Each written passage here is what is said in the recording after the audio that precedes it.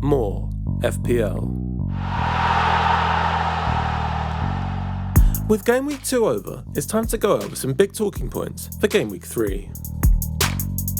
I'll start by discussing Erling Haaland versus Harry Kane and look at Nunez Replacements.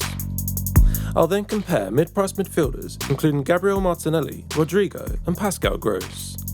Finally, I'll look at defenders from Chelsea, Robertson, Perisic and 5 million options.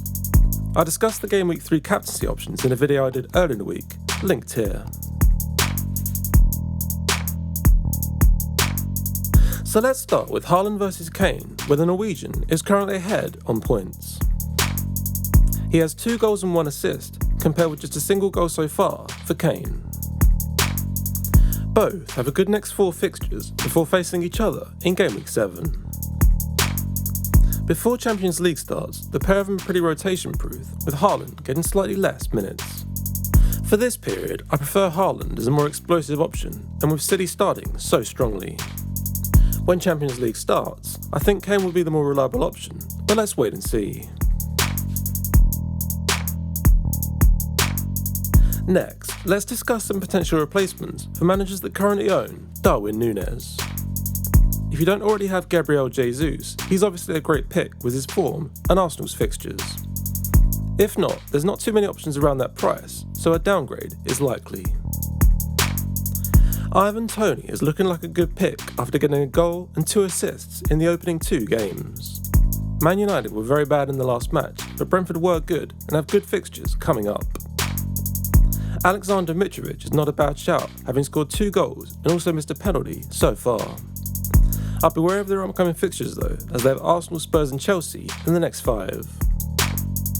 As mentioned in my pre-season video, he could be a good option for the first wildcard. Another alternative is to ignore the other forward options and downgrade to a non-playing 4.5 million option. That will give you 4.5 million to play with in upgrading a bench defender or midfielder for a starter.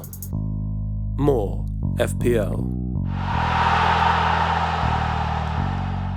Next, let's discuss some of the best performing mid-priced midfielders, starting with Martinelli. He scored 2 goals in 2 games and actually outshone his more expensive teammate, Bukayo Saka. For now, Saka doesn't appear to be worth the 1.8 million difference in price, but I'm not sure I'd make the switch. One thing to consider is that Emil Smith-Rowe took his place on the bench in the last match. Last season, although Martinelli was first choice, Smith-Rowe normally played in his position. I think it's worth waiting to see what happens here though, given Martinelli's form. The top scoring midfielder in the game is Rodrigo, who now has 3 goals in 2 games. He has good underlying attacking numbers, so it's not just a case that he's been lucky. At 6.1 million, he's looking fantastic value in this bracket and a potential Neto replacement for me. I don't think he's a buy for this week with Chelsea at home, but the fixtures after that are great. Despite getting less returns, his teammate Jack Harrison is also looking good for assists. Pascal Gross is another player who started the season strongly with 2 goals against Man United. Again, United were poor in that first half, but Brighton were impressive again against Newcastle despite drawing. He's also a bit cheaper than Rodrigo and Harrison if you need the cash for another move. Next, let's discuss Chelsea's Reece James, Marco Kurela and Kalidou Koulibaly. Their defence is looking good with a clean sheet and they were unlucky to only draw against Spurs. James is looking like the standard option in terms of attacking threat and certainty of starts. It didn't take long after switching to wing-back to get his first goal of the season. The fact he can play right centre-back means he should get good game time overall. Cucurella is an interesting option as he costs a full 1 million less than his teammate. Ben Chilwell played in a Premier League 2 match, so is clearly still lacking fitness. It's not clear when he'll be back, but he could still be first choice at left wing-back.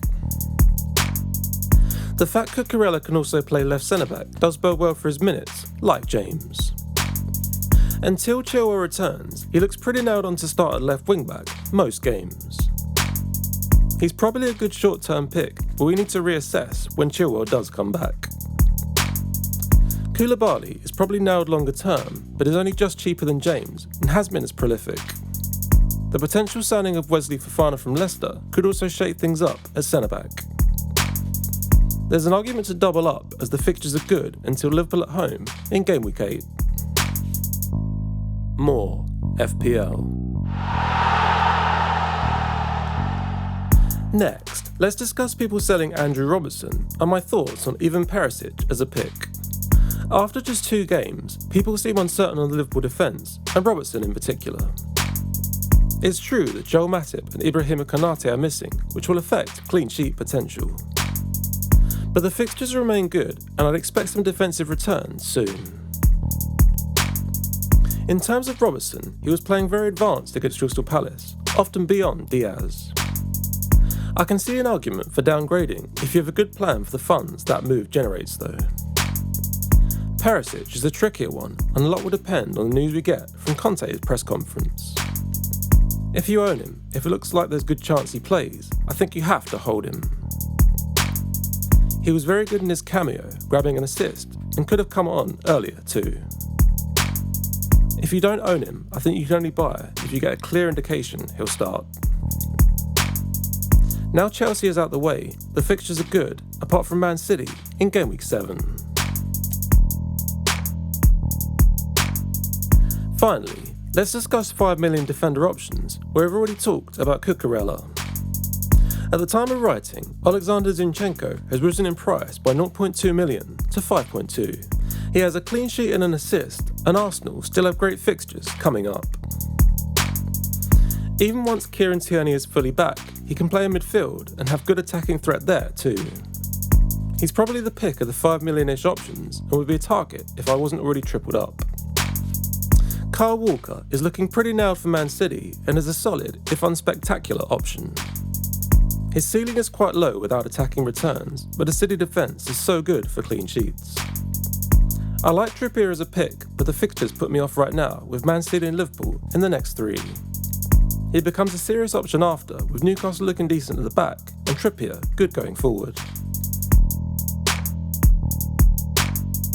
Thank you so much for watching, I really appreciate it. Give it a like if you enjoyed it. What are your plans for this game week, and has this video helped your decision making? Add your own thoughts and questions in the comments, and I'll try to get through as many as I can. Never miss a pre-season video or game week preview by subscribing and turning on notifications. More FPL.